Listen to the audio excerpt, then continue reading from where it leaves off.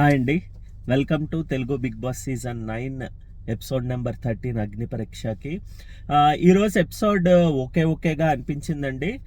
కొన్ని ట్విస్ట్స్ అయితే ఉన్నాయి. మేబీ ఇంకా 2-3 డేసే ఉంది కాబట్టి ఇది ఎప్పటికైనా అయిపోతుందని చెప్పి వాళ్ళు ట్విస్ట్ ఇవ్వడానికి ట్రై చేస్తున్నారు. సో దాంట్లో అయితే ఫస్ట్ అయితే కనుక తేజ డైరెక్టర్ వచ్చారండి. ఈయన ఎందుకు వచ్చారో ఆయన చేత ఒక్క మాట కూడా లేదు.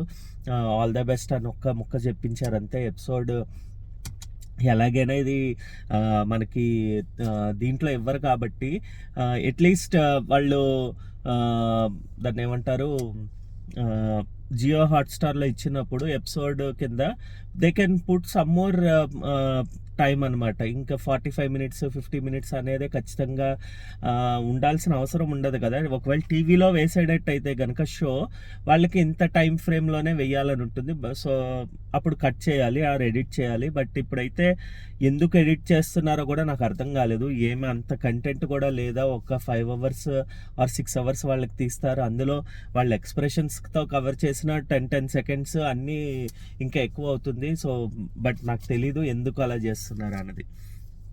నెక్స్ట్ అయితే కనుక ఫస్ట్ డైరెక్టర్ వచ్చారని చెప్పారు కదా. దాని తర్వాత ఏమో నిన్న 2 పీపుల్ కింద వీళ్ళు ఆల్రెడీ సెగ్రిగేట్ అయ్యారు కాబట్టి వాళ్ళు ఎవరికైనా నచ్చకపోతే వచ్చి టీమ్స్ చేంజ్ చేసుకునే ఛాన్స్ ఉందన్నారు. మోస్ట్లీ ఎందుకంటే కల్కికి ఇంకో ఛాన్స్ ఇద్దామని చెప్పి తను నిన్న ఆడకుండా ఉండిపోయారు కాబట్టి సో కల్కిని పిలుచుకొని వచ్చారు. So at the same time Sreeja and Shreya వచ్చారు, శ్వేత అండ్ హరీష్ వచ్చారు, అలాగే ప్రియా అండ్ షాకిబ్ వచ్చారు. ప్రియా అండ్ షాకిబ్ ఎందుకంటే ప్రియా అనుకుందంట తను సరిగ్గా ఆడట్లేదు అన్నట్టుగా మాట్లాడింది. సో అందు గురించి నేను చేంజ్ చేసుకోవాలనుకుంటున్నాను. వేరే శ్రీజ ఏమో శ్రేయతో నాకు తను నచ్చింది, బాగుంది, బట్ స్టిల్ తనతో ఆల్రెడీ అయిపోయింది కాబట్టి ఇంకోళ్ళతో ట్రై చేసి ఎలా ఉంటుంది వాళ్ళు ఆడే తీరును కూడా తెలుసుకోవచ్చు కదా అని చెప్పి వచ్చాను అని చెప్పి అన్నారు. అట్ ద సేమ్ టైం శ్వేతకి హరీష్కి వాళ్ళిద్దరికి పడట్లేదండి. సో ఫస్ట్ అంటే కొద్దిగా సో ఎలాగా అన్నది ప్లాన్ చేసుకుందాము, ఏదైనా ఛాన్స్ ఉంటుందా అని చెప్పి శ్వేత అయితే వచ్చారు. హరీష్కి అవసరం లేదంట, తను ఓకే అన్నారు.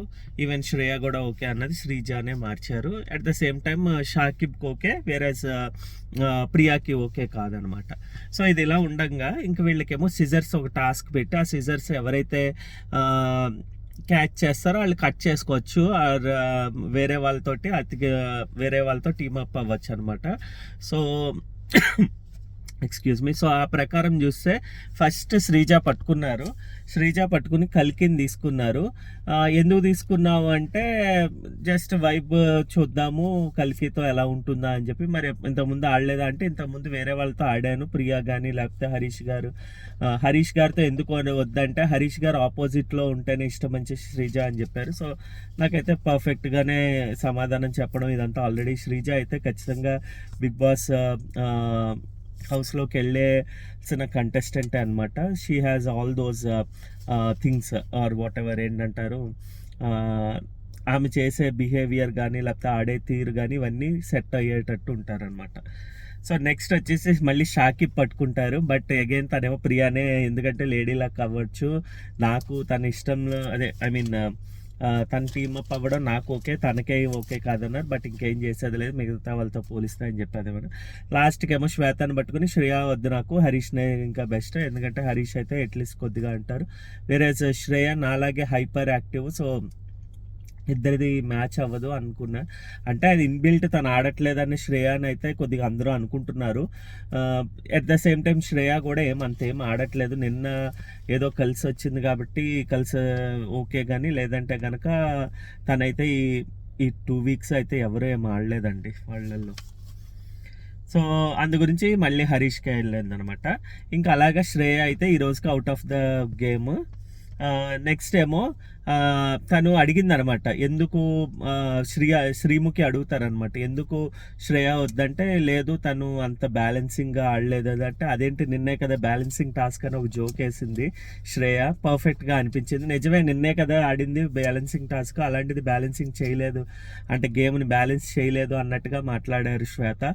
సో శ్వేత ఎక్కడో కొద్దిగా డీవియేట్ అయిపోవడం, లేదంటే సంథింగ్ ఆమె పర్సనల్ ఇష్యూస్ వల్ల లేకపోతే ఏంటో కానీ తనైతే ఆడలేదండి అసలు ఏమీ కూడా. సో అందు గురించే తనకి కన్ఫ్యూషన్ మోడ్లోనే ఉండిపోయారు. అలాగే వాళ్ళిద్దరు లాస్ట్కి 6 మెంబర్స్ అయితే పేరప్ అయ్యారు. ఇంకా వీళ్ళకి పేర్ అయిన తర్వాత వాళ్ళల్లో కొంతమంది ఇప్పుడు 14 టీమ్స్ కాబట్టి 7 టీమ్స్ కాబట్టి 7 టీమ్స్లో నుంచి 7 మెంబర్స్ని పిలుచుకుని వచ్చి they have to save there bags ఇచ్చారనమాట. కొన్ని ఇలా మూటల్లో ఉన్నాయి, అవి సేవ్ చేసుకోవాలని. ఫస్ట్ అయితే డైమండ్ పవన్ మొత్తం వెళ్ళిపోయి పడిపోయి బాగా తన మీద పడుకుండిపోయి అక్కడ పెట్టిన బ్యాగ్స్ మీద పడిపోతాడనమాట.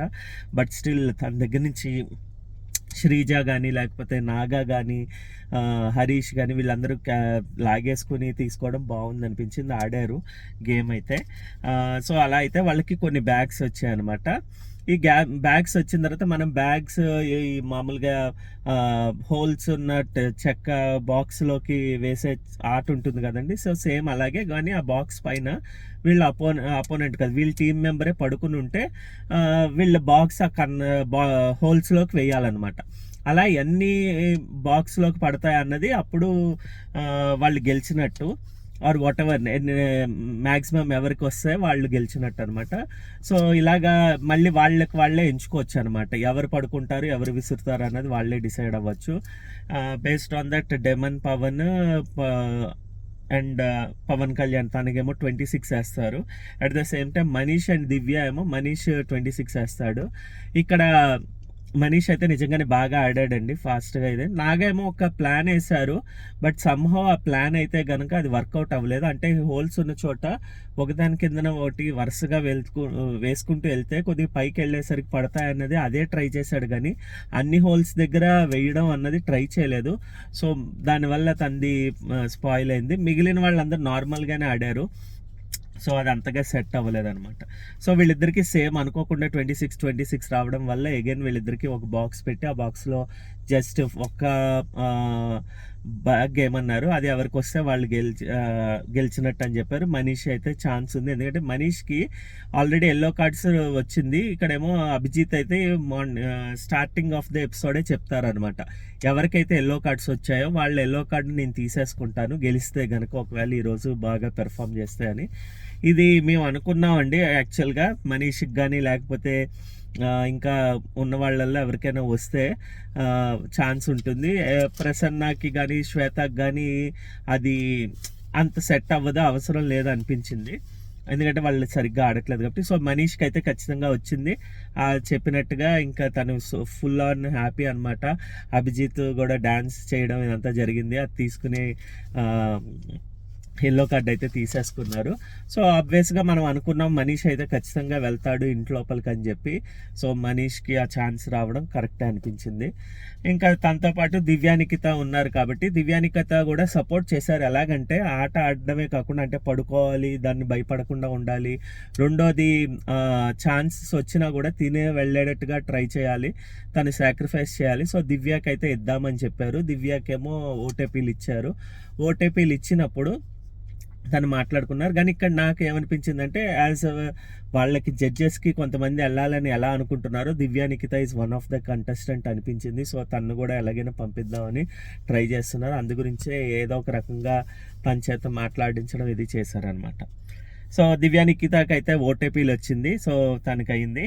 ఇవాళ ఇంకా ఎవరు బాగా ఆడారు అంటే మోస్ట్ వాల్యుబుల్ పర్సన్ అన్నది తీయలేదండి, బికాస్ ఆఫ్ టైమింగ్ ఏంటో తెలియదు. కానీ కాకపోతే వీళ్ళ దగ్గర ఇప్పుడు 2 ఎల్లో కార్డ్స్ ఉన్నాయి, అది ఇవ్వాలి అని చెప్పారనమాట. సో ఫస్ట్ అలా చెప్పలేదు, ఎల్లో కార్డ్ ఎవరికొకరికి ఇవ్వాలంటే శ్వేతకి ఇచ్చారు.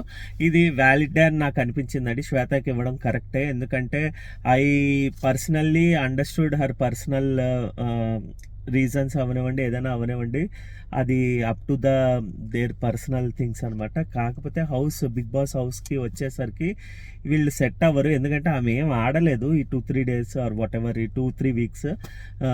సో ఆబ్వియస్గా తను వెళ్ళిపోవడమే కరెక్ట్ అని నాకైతే అనిపించింది.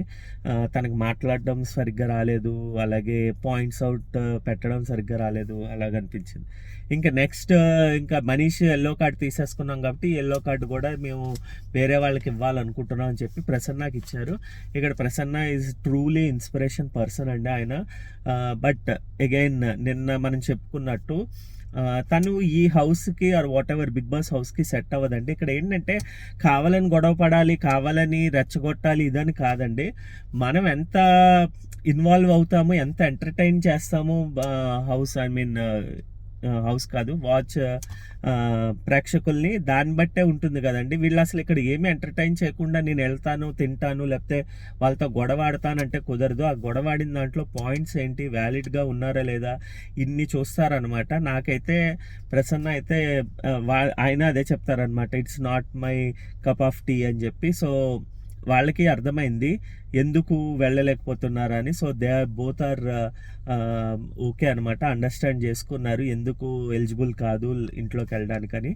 సో ప్రసన్న అయితే is also not eligible for entering the Bigg Boss house అనమాట. రెండు కరెక్ట్ డెసిషన్సే జడ్జెస్ నుంచి అని నాకు అనిపించింది. సో చూద్దాం ఇంకా మిగిలిన వాళ్ళు ఎవరున్నారో వాళ్ళ దగ్గర నుంచి. మనీష్కి అయితే ఇప్పుడు వచ్చింది బ్యాక్అవుట్. సో ఇంకో ఎల్లో కార్డు ఒకవేళ ఈ 2 డేస్లో వచ్చినా ఖచ్చితంగా హీ ఈజ్ ఆల్సో సేఫ్ అనే చెప్పాలి. సో ఖచ్చితంగా వెళ్ళే ఛాన్సెస్ ఉన్నాయి బిగ్ బాస్ హౌస్లోకి అని అనిపించింది. సో అదండి ఈరోజు ఎక్కువ ఎపిసోడ్ అంతగా ఏమీ లేదనిపించింది. అట్ ద సేమ్ టైం నేను కార్లో చేస్తున్నందుకు సారీ. ఇక్కడ మా అమ్మాయి డ్యాన్స్ క్లాస్కి నేను రావడం జరిగిందనమాట. సో ఇక్కడ టైం కుదిరిందని చెప్పి ఇక్కడ చేస్తున్నాను. మీకు నా ఒపీనియన్ నచ్చినట్టయితే కనుక దయచేసి లైక్ చేయండి ఆర్ డిస్లైక్ చేయండి, ఎనీథింగ్ ఈజ్ ఫైన్. బట్ ఏదో ఒకటి చేయండి, దానివల్ల మాకు సపోర్ట్ వస్తుంది, రీచ్ అవుతుంది పర్టికులర్ వీడియోస్. అలాగే కమెంట్ చేయండి, షేర్ చేయండి, సబ్స్క్రైబ్ చేసుకోండి. మళ్ళీ రేపటి వీడియోతో మేము ముందరకు వస్తాం. బాయ్ అండి.